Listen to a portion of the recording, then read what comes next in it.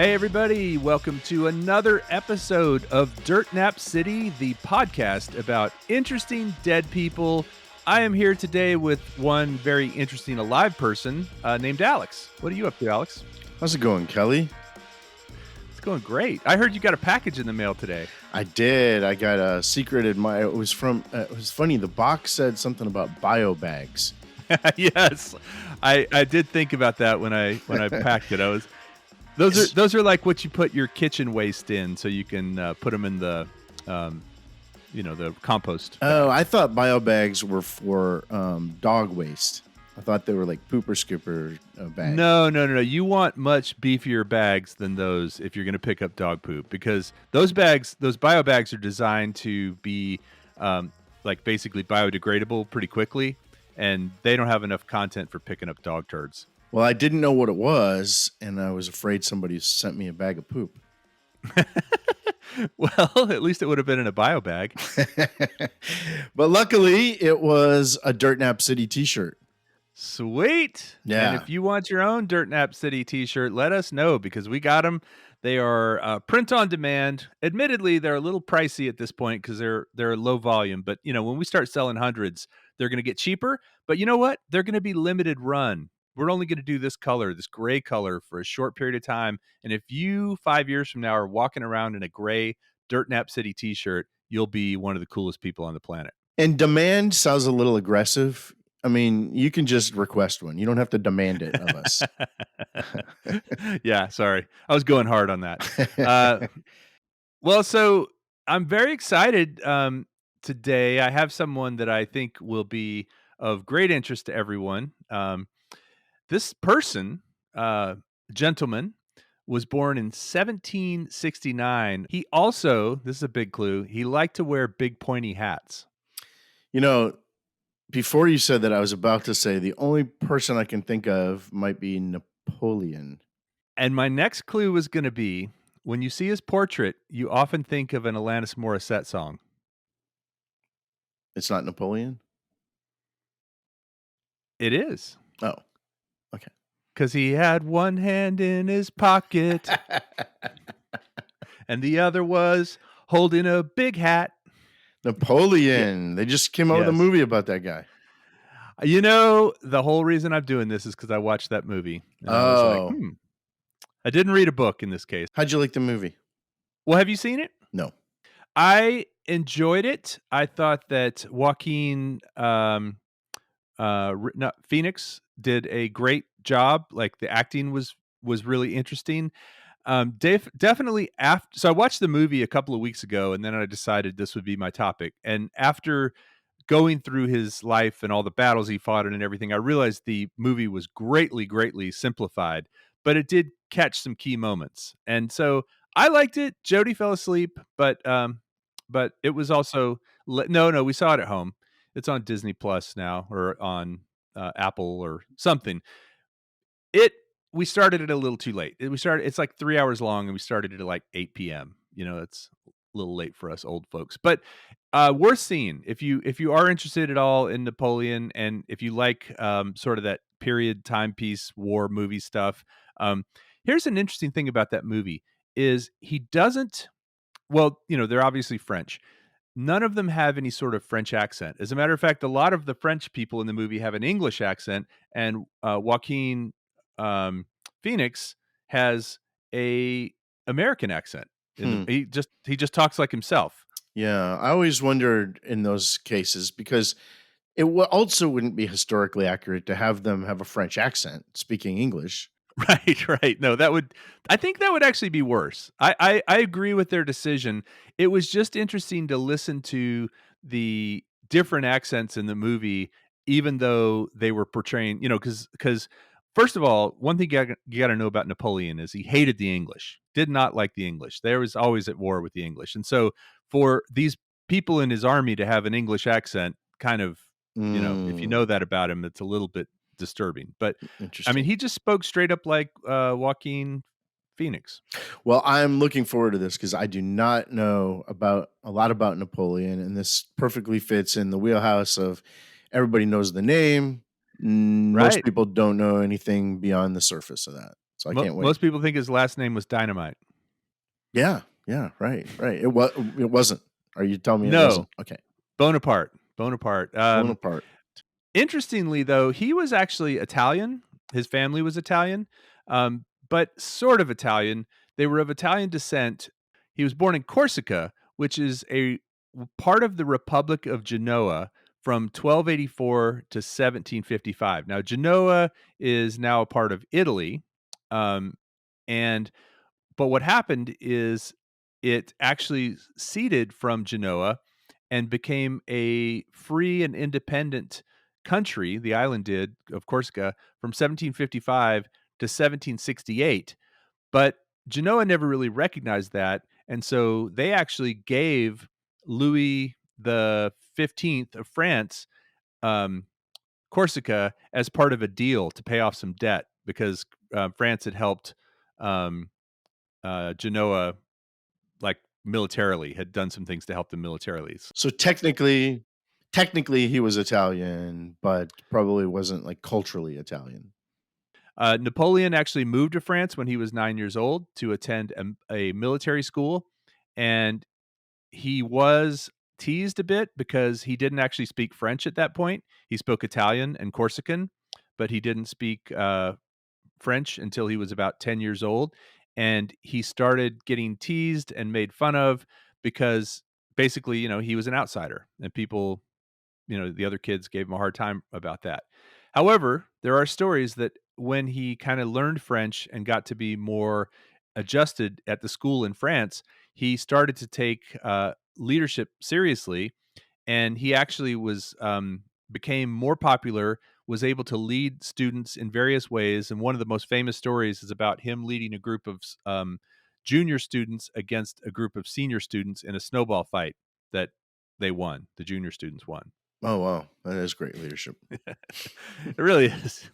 He briefly wanted to be a writer, but he, didn't end up being a writer. His father When his father died, he joined the military, and he basically had to, graduate quicker than the other students because he couldn't afford to stay there because his father had passed away and he didn't have much income. But he was the first Corsican to graduate from this military school. It was called École Militaire in Paris. Yeah, that's French for military school. Right, right. Um, when he graduated, he became a second lieutenant, and then this was in 1785. So he spent 4 years as a second lieutenant doing his thing in the military, and then in 1789, the French Revolution broke out.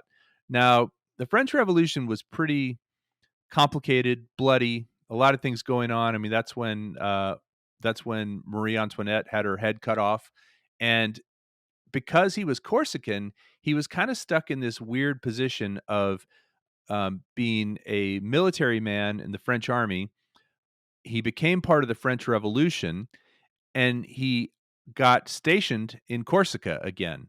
So he had this kind of weird three-way thing going because the Corsicans wanted to be free of France completely, the revolutionaries wanted to be free of the royals, and the royals wanted to keep things the way they were.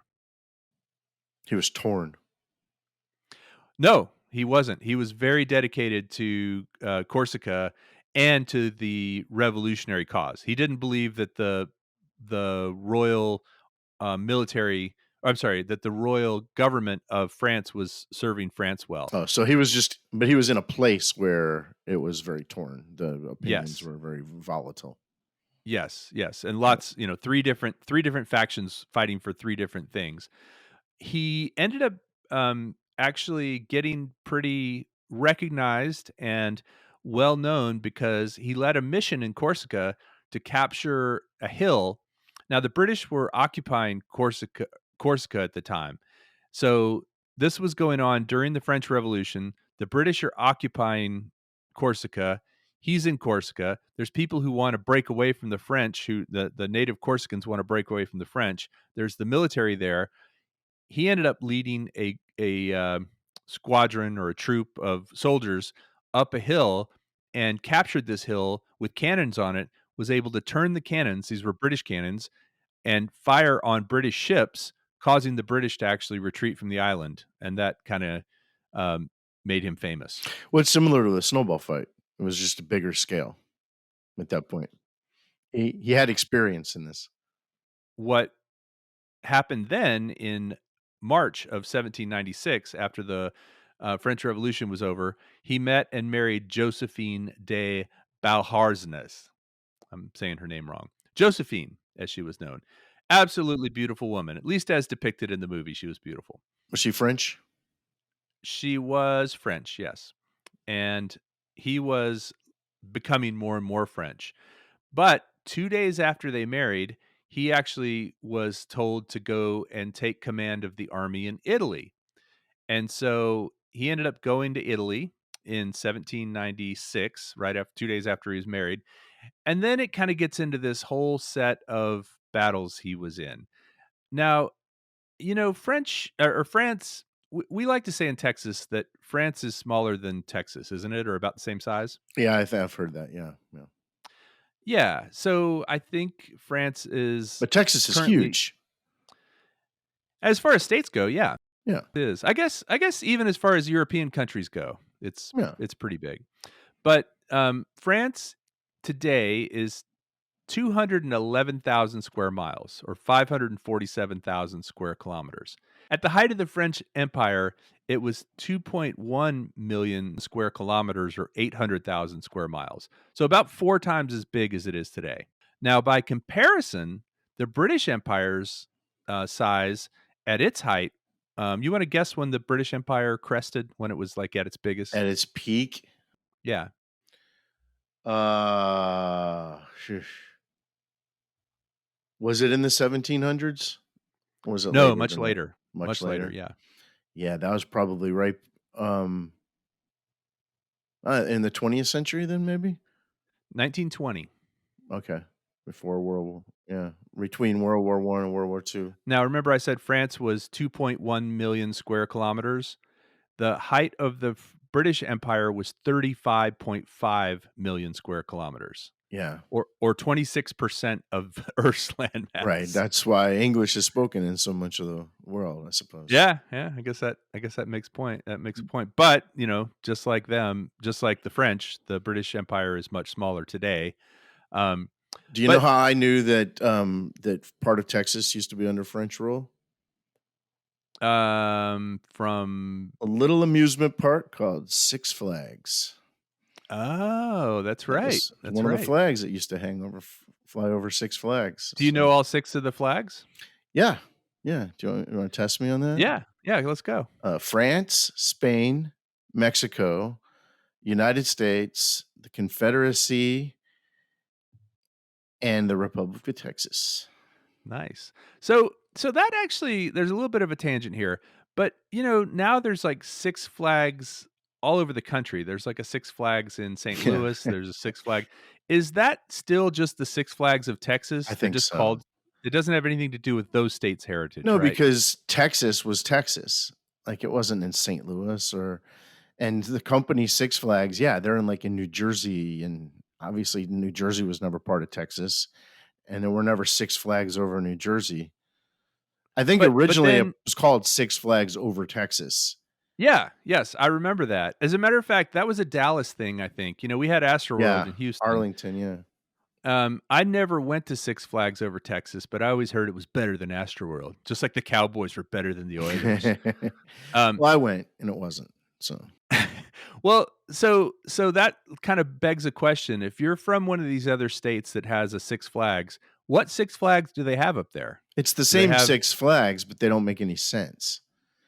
Yeah, so why would you have a Texas flag up in Missouri, I don't know. in St. Louis? Huh. I don't know. Okay. Well, I hope someone from one of those other places. Was there one in Detroit? The Six Flags over Detroit? No, no. Although I think Six Flags ended up buying a bunch of amusement parks that already existed. And So rebranding them. it wouldn't be it wouldn't surprise me if there were Six Flags of places that I used, go as a kid, like in Ohio or whatever. But Yeah. no, I think the Six Flags is just Six Flags over Texas. But Okay. Huh. Well, France was one of them, and you're France was right, it one of was a them. part of the, as a matter of fact, while we're on the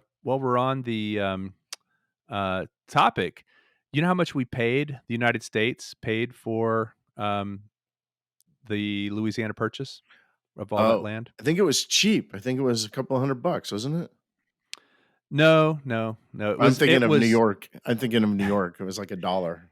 it was 3 cents per acre, Okay. but it was, 5,000,000 acres.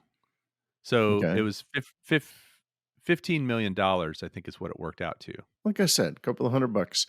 Uh, and for that, we got what? Louisiana?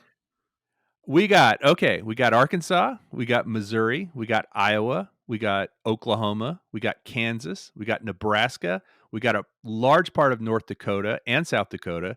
We got some parts of Montana, Wyoming, Colorado, east of the Continental Divide. We got a little bit of Minnesota. We got New Mexico, the northern part of Texas, and state of Louisiana. It's a pretty good bargain. 15,000,000 bucks. And small parts of Alberta and Saskatchewan were part of the Louisiana Purchase. Oh, and then we ended up giving that back to Canada? Yeah, I think there's a, line, there's a is it latitude or longitude? Mhm. Latitudinal line or a longitudinal line that basically everything above it is Canada and everything below it's the United States. And interestingly, I don't know if you know this, there is actually a city, I believe it's in Michigan, that is completely surrounded by Canada because of that line. Mhm. Yeah, you in the winter, when there's a lake that freezes, they can drive into the US directly. In the summer, when that lake is wet, they have to drive through Canada to get into the US, but Oh, wow. It is a United States city. Interesting. So, yeah, I mean, Napoleon, he really impacted a lot of things. Sure. Um, so, he went to war with all kinds of countries. I mean, he fought with Prussia, he fought with Russia, he fought with Britain, he really fought with Britain a lot. He fought with Spain, he fought with Portugal, and he won most of those things. He was actually pretty well feared because he was a pretty well known and I guess effective commander. So were these wars, were these defensive or were they aggression? Primarily aggression. Right, so he was trying to take over. Yeah, they became the French Empire. They weren't just France at that time, they were the French Empire. Sure. Now, he became the first emperor of France. And do you know the difference between an emperor and a king? You mean those 5 people picked him to be the emperor? No, no, no, this was years later Years after later, the yeah, yeah. after So the after Directory. after the Directory, so the Directory was when he was kinda starting his military career. I'm skipping forward. As a matter of fact, I'm skipping forward from, uh, what year? From 1796 to 1802. Okay. Let's just say he fought a bunch of battles between those years, and in 1804, he was super popular. The Directory, everybody said, "You've won so many battles, you've made France such a great empire, you can be the emperor of France." So the difference between a empire and a king, I would think, would be in terms of lines of succession, that, the emperor's heirs wouldn't automatically also become emperors. Is that true? No, no, that Oh. is that is incorrect. Would an An emperor be emperor over an empire rather than a country? Yes. Okay. So a king would be over a kingdom, whereas a king is a male ruler who reigns over a specific individual kingdom or realm, where an emperor controls multiple kingdoms or territories and is therefore superior to the king. Oh, there's place okay, so there would be a king that would report to an emperor. Yes, it's like governors and president kind of thing. Now, a lot of those kings were appointed by Napoleon over the years, and basically, a lot of times they would get that appointment with the understanding that they would be loyal to the emperor. He was coronated as emperor, as I said, in 1804, and the name of the pope that coronated him, I think he's got a great name. When I first saw it, I thought it was an early hybrid vehicle from Toyota, but I realized I was misreading it. It's not Pope Prius, it's Pope Pius the Seventh. Oh, yeah, pious, yeah. You plug him in as he goes forever. Um, he did the coronation. I just think that's such a great name for a pope, Pius. Yeah. Probably a lot of travel with that job. Yes. So he was a very hands-on emperor. He went into battle. He didn't just send his troops into battle. Um, as a matter of fact, he had several wars called the Wars of the Coalitions, and the Wars of the Coalitions, I think there were 7 of them. They were all wars where other countries formed a coalition against him. Oh, Or wow. he attacked one of them and ended up getting, uh, fighting not just that country that he attacked. He attacked Austria multiple times. Mhm. He attacked Spain. He attacked Portugal. He attacked Russia. He attacked. He just kind of was out trying to get this great land, this great empire, take over all of Europe, and then these coalitions would form and fight him back a little bit, and then he'd go out and fight again. And this went on for years and years. Um, in 1804, just shortly after his coronation, he had an army of 350,000 men who were well trained, well equipped, and he ended up going to Naples and uh, uh, put his brother Joseph in charge of Italy after he had been declared king of Italy, but then he declared his brother Joseph king of Italy, and then he made his other brother, Joseph was his older brother, he made his younger brother the king of Holland. So was this a deal of like attack or be attacked, or was it to try to like bring spread the French way of life? Or you think, I mean, was there some sort of manifest destiny here? Why try to take over the world like this? A lot of people say it was his personality, that he was narcissistic and he was insecure and that he did this to sort of prove himself again and again. And that was his really strong suit was military tactics. He was very good at that. So I think he was trying to play to his strong suit. But I think after you punch enough people in the nose, you start to get really unpopular with the rest of Europe, Yeah, right? And yeah. so I think it later became that sort of attack or be attacked thing. Mhm. He had a lot of haters in Prussia, and this coalition decided to go up against him. So he attacked Prussia with 180,000 troops and he defeated them. He inflicted heavy casualties and he captured 140,000 soldiers and 2,000 cannons. But despite all this, Prussia did not negotiate Mhm. and the Russians came to their aid. But the Russians actually got pretty beat by the French at that time as well. And during that time, um, he was actually considering his wife. He had not been able to have a child, right? Josephine had not produced a child for him. So after defeating a good majority of the Russian army, he made friends with the Tsar of Russia, whose name was Alexander, and tried to get Alexander to let him marry his sister. But Alexander refused, saying she was too young and he didn't want that to happen. So he ended up another former adversary, Austria, he decided he wanted to marry somebody so he could have a strategic alliance with another sort of culture. Even though the Austrians and the French had fought so many times, he ended up marrying the daughter, divorcing Josephine because she couldn't give a baby, and marrying the daughter of the Austrian emperor, whose name was Mary Louise, who happened to be the grandniece of Marie Antoinette. So, But he had kind of those. attacked Austria over and over and over. Yes, yes. Yeah. This was the funny thing was they kinda went back and forth many times. There was actually a time when he, tried to make peace or make allegiances in the Middle East, and he had made allegiances with the Turks, he had made allegiances, with Egypt in the Middle East, and then he betrayed them by making an allegiance with Russia, who wanted to invade that part of Turkey, and he ended up going along with Russia. So they would kind of flip-flop. The only one he never really made friends with or made any allegiances with was England, because he hated England. Yeah. It's also exhausting. Really. It's it's so exhausting. I mean, he lost it's said that, during all these wars, it's estimated that between 13 and 15 million people died. Wow. Really. And he could trace it back to just him picking fights. Well, he was involved in the Napoleonic Wars, right? You've heard that term? Um, So would you, by today's standards, would you call him a dictator then?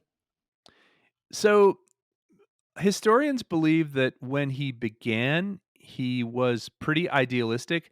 He actually did some really good things for France after the French Revolution in terms of education for men, right? He wasn't very big on women's rights. I don't think anybody was back then, or at least not men. No men were back then. Um, Maybe the women were, but he, I guess, as a ruler back then, he became more and more narcissistic, and he also became more and more superstitious. He was a big believer in fate, stars, numerology. He often asked his generals if they were feeling lucky, and he was pretty serious. Like if they said no, he didn't want them to go into battle. Shoot him. Um, yeah, you feeling lucky, kid? This reminds me of the Henry VIII conversation when, you're like, "Yeah, but he, he did some good too," and then Well, it's definitely. I think at the end of the day, if you were to say what did he do good or bad, I think the bad outweighed the good by yeah. a long shot. You But the know, people in France, did they like him at the time? Did he take care of them? they did until remember I was talking about these coalitions, these wars of coalition. Mhm. So he basically won the first six. And then the seventh coalition that he and by the way, in one of those wars of coalition, he actually was able to make another relative of his the king of Spain. So Yeah. he would go into these places, kick their butts, and then make a relative king. That was sort of his mo in these things. But he won the third coalition, the fourth coalition, with of course getting pushback and losing troops and having its ups and downs. Some of these were very clear wins, some of them weren't. But ultimately, the seventh coalition was the one that got him. And after all these years and years and years of war, he actually was stripped of his emperorship. Like he was taken to live on an island by himself. The island And of Elba? Elba, I've yes, heard of this. that was his first banishment. Now, he was on Elba with about 1,200 inhabitants. Now, this was in the Mediterranean I always off the pictured cut. Elba to be like a deserted island where it was just him by himself, like with his record collection, like a desert island his his collection.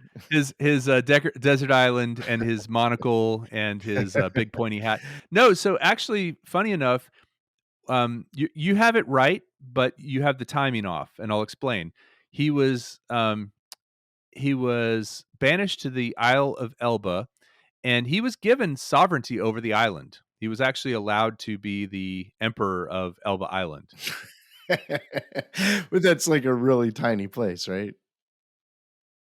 So here he was, he used to rule the French Empire, and now he rules this little, like Elba Island. right. Well, so there were buildings, there was industry, there were about 12,000 people in the Mediterranean. Um, there were ships that came in and out for trading, and he actually commandeered a ship while he was there and sailed back to France. Now, part of this was triggered by two things. Number one, he always carried with him a pill, a suicide pill, Mm, but he had carried it in a little thing around his neck, like a little, twist off container around his neck on a necklace. mm. He had carried it for so long that when he finally tried to use it on the Isle of Elba, because he was thinking he was going to just give up, it had lost its potency, and it just made him, Expired medicine. yes, made him throw up, and he was like, Really? okay.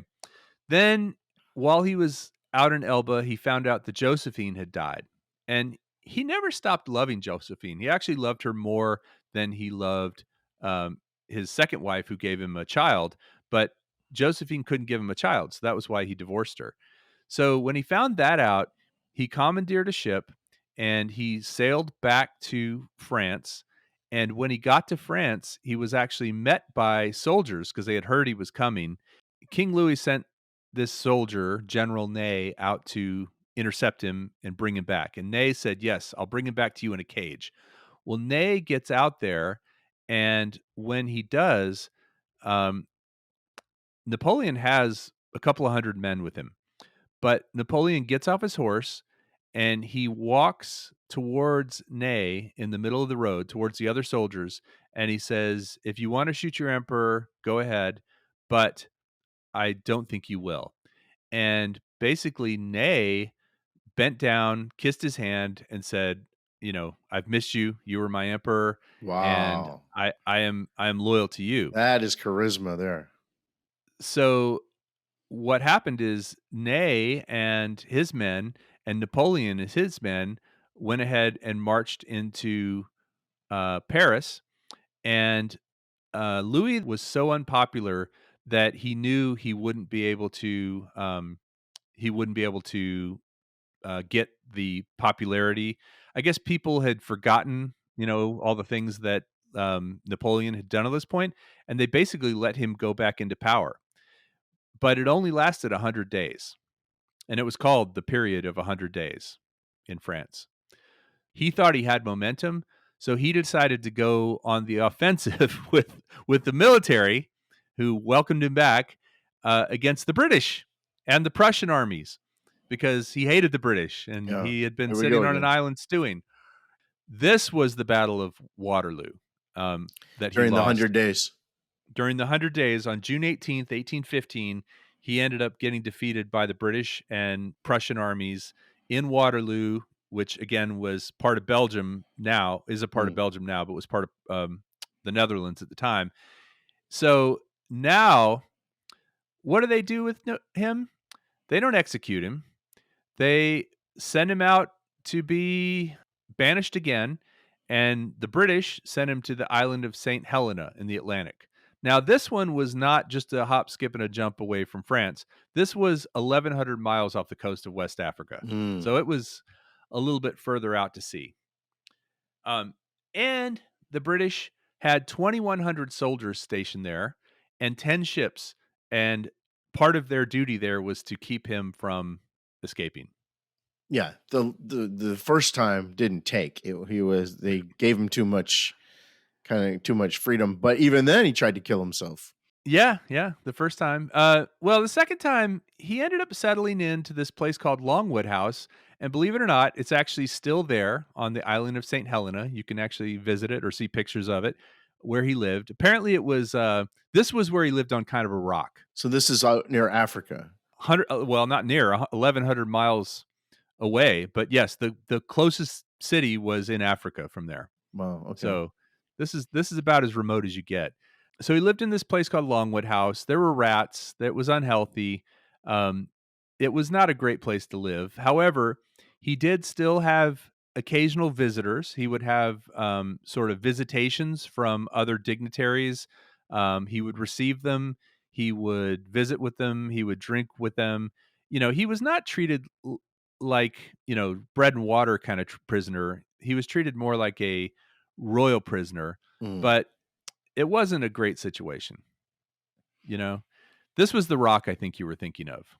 I don't know. I That was maybe a Schoolhouse Rock kinda thing where they showed him on an island with a palm tree and by himself. Yeah, but this was definitely a lot more of that than the first banishment.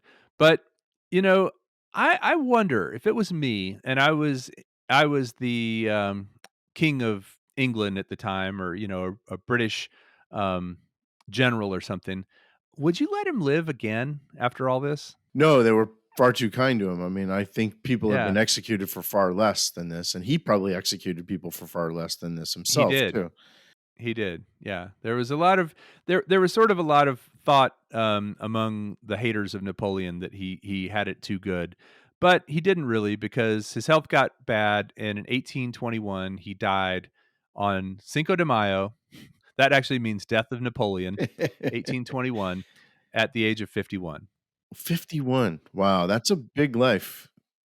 That's a big life. Well, I mean, putting it in perspective, you and I are a little north of that, right? Yeah, the people that we talk about from, like, the 18th century, especially the ones that are in charge that do a lot of traveling back and forth, I don't understand how they have such short lives because it takes, like, a year to get somewhere, or Right, 6 right. months to get somewhere, and then 6 months to get back, and it just seems like that part alone just takes years off your life, but, Yeah, yeah, wow, he lived a big life. So, I have a couple of questions. One, sure. What part of his life did the movie cover? It covered from the time he kind of rose to military power, like when the French Revolution was happening, and he took that was in Corsica and took that hill and was able to fire on the British Navy. It's kind of where it starts, and all the way through his death. So it doesn't show the snowball fight. No, no, the snowball fight was not there. Josephine's a big part of it. You have to listen to this podcast to get the snowball fight part of his Yeah, life. yeah, that's true. Or read Wikipedia. All right. The other thing I wanted to ask you about was, I don't know if you know this, but I'm a gentleman of small stature. Yes. A short guy. And as a short guy, growing up, anytime I'd assert my or be assertive, I would always be accused of having a Napoleon complex.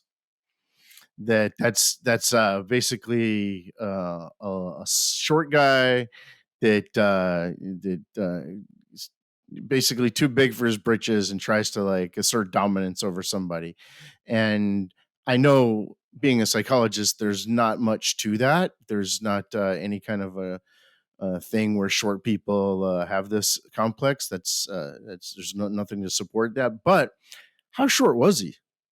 Do you know? So, yes, interesting you should ask. He was 5'2". However, the French used 5'2". The French used a different system of measurement for feet and inches. So that actually translated to 5'6" in English. That's Like about how so tall I am. and then but here's the other thing that was interesting. He did have an elite royal guard that was always around him, like bodyguards, because he did have several assassination attempts on him. These were big guys.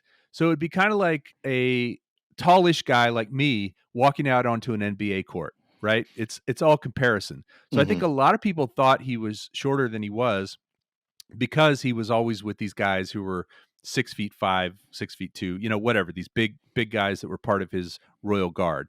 So that is definitely something that people talked about, but it was also talked about that maybe he um, just had insecurity because of the fact that he had grown up as an outsider, as a Corsican, moving into France. Wasn't really a native to France. Yeah, yeah. No, that's interesting. I'm glad you put that to rest. Yeah, well, it was said again, he started off pretty well after he took power. He just kind of had a lot of yes men around him, and he became more and more paranoid because he did have some assassination attempts. He did write what was called the Napoleonic Code. Have you heard Mm. of that? Yes.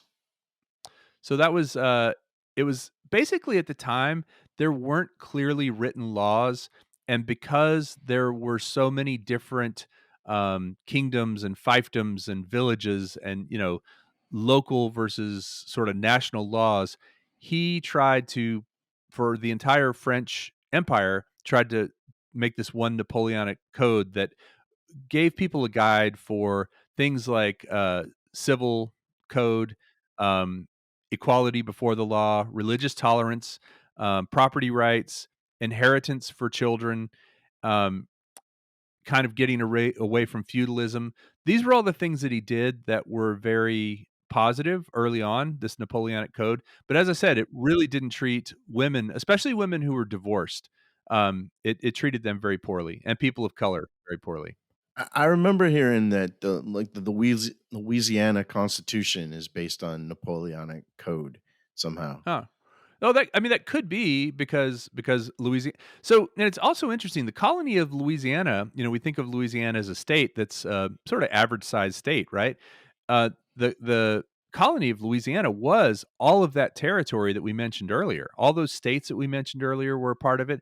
But here's what's Yeah. interesting: the actual density of French people in that area was very, very low. So when the U.S. bought Louisiana. Oh, and by the way, the land that we bought from France had been under the control of Spain for a long time, and Napoleon actually got it back from Spain through his way of intimidating, and he battled with them and won it as a concession. And Mhm. so it was under Spanish rule for a while, but it was French. However, there just weren't a lot of French people living there. It was mostly Native Americans. So when we bought it from France, we were basically saying, "We're gonna buy this area and have the right to go in and either buy it from the natives or fight with them and take it from them." That was kinda what we were buying. We weren't actually Yeah, yeah, buying yeah. anything that they controlled, that France controlled, really. They just had it on paper. Oh, yeah, and there wasn't a lot to it either. It was mostly swampland. Well, no, I mean, we're talking about Missouri and Kansas and Oh, right. I thought you meant Louisiana no, I only. meant that whole Yeah, piece of no, you're property, right. yeah. That whole yeah, yeah, yeah, you're right. But Yeah. it was Thomas Jefferson was the, president at the time, and uh he really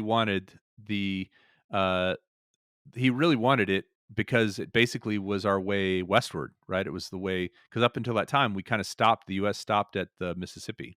That was our way to get beyond the Right. Mississippi. And you know who negotiated that deal, as part of the negotiation with France? It was, James Madison. Oh, Yeah. oh, nice. You thought I was gonna say, Roosevelt, right? Yeah. Would have been a little off, but, James Madison. Yeah, a little off. So one of the big things he did in France because of his hatred for England is there was pretty much always an embargo on trade with England. Like, he wouldn't let anybody in his empire trade with England, just sort of flat out. So, one of the things he would do is if he saw a woman that was wearing clothing that he thought was made in England, he would actually, throw ink on it or Jesus. spill food on it. That's inappropriate. Yeah, Well, not he was Viva la France, right? yeah, I guess so. He also was said to have enjoyed hot baths, extremely hot baths, but one of the reasons is he's also said to have had, painful hemorrhoids throughout his life. You know, he did a lot of things in his life, That's not but post-mortem, if that's what people say about you, that you had painful hemorrhoids, I mean, yeah. he must have always been complaining about it in order for that to be something that we know Well, 200 years later. it's funny how those things stick sometimes. You're a big baseball fan. I have a connection to Kansas City through my family, and my grandparents would have season tickets to the Royals. And Oh, I know where you're going with George this. Brett I know where you're going with this. was Yeah, of was course. a very, very excellent baseball player, but I Hall of I Famer, sure. remember one of the things I remember about him is that he suffered from hemorrhoids. I remember that too. I remember Yeah. the poor guy. Yeah, it's I don't want that. Millions of Americans suffer from I hemorrhoids. know, Yeah, I know. we know 2, Napoleon and George Brett. He was very superstitious. He carried a portrait of Josephine with him all the time, even after he divorced her, and he thought it Wow. brought him luck. And he was also said to have had a mathematical theorem. Well, he has a mathematical theorem named after him called Napoleon's theorem. You want to Mm, hear what it states? Oh, sure. it's a good one. If equilateral if equilateral triangles are constructed on the sides of any triangle, the centers of those triangles themselves form an equilateral triangle. Yeah, Napoleon's theorem. Um, couple other quick things. He was said to be despite being a great general, he was said to be a very poor horseman and a terrible shot with a gun. He was more of an aggressive, just, take what he could get type. He was Europe's bully. Take everything. Yeah, he was a bully. Yeah, yeah. It's a good way to define him in this day and age. He was a bully. But, he was a bully with a romantic heart because he did very much love Josephine. Not enough to stay married to her though, apparently. So what happened to these kids? Well, interestingly, he only had one legitimate child. So he had a few, acknowledged illegitimate children. Not a huge fan of that term. Out of wedlock. Uh, okay, his out of wedlock children, I don't know that anything happened with them. But, again, Napoleonic law didn't give them very many rights. But his son with his second wife, named Francois Charles or Charles Joseph Napoleon, he died at 18. He died at the age of 21 in 1832. He actually succeeded Napoleon as Emperor of France briefly, and by briefly I mean a couple of weeks before Louis the 18th came back in, took over. But I think I remember hearing about a Napoleon II or something, they called him or That was something, right? Napoleon II. He was there for 2 weeks Yes, he was there for 2 weeks because because, because he it wasn't was strong terrible? enough to keep control, and the king who had been ousted during the revolution came back, like that line of succession, the royals that they had fought off in the first case, the Louis. Wonder how tall he was. Now, there was a Napoleon III who was actually a cousin who came later in France, was a part of, head of France later in life, but I don't know anything about him. He was probably more like that was probably more like Gallagher too. Electric Boogaloo. So so yeah, he definitely is one of those people that people would probably recognize a portrait of him because they're pretty famous. And that move where you put your hand in the pocket, that was said to have been a sign of confidence. A lot of people wondered if it was maybe his hand had been injured or maybe his stomach was in pain because he did die of stomach cancer, and maybe he was holding that. But Oh, really, that was sort of a sign at the time that you were confident, that you were calm. By having your hand in there, it showed that you were a man of leadership and high stature. interesting, interesting. Yeah. Yeah, that is a Napoleon move though, for Oh sure. yeah, yeah. Many people during that time period copied him in their portraits and such. It was kind of In funny. fact, if I went to Elba on vacation and I was getting a picture taken, there's a 100% chance I would do that. And wear a pointy hat. If I had one. I don't really Oh, have if you go one, to Elba, you but got to get I one. wonder, you think they sell them Oh, I'm there? sure. I'm sure they do.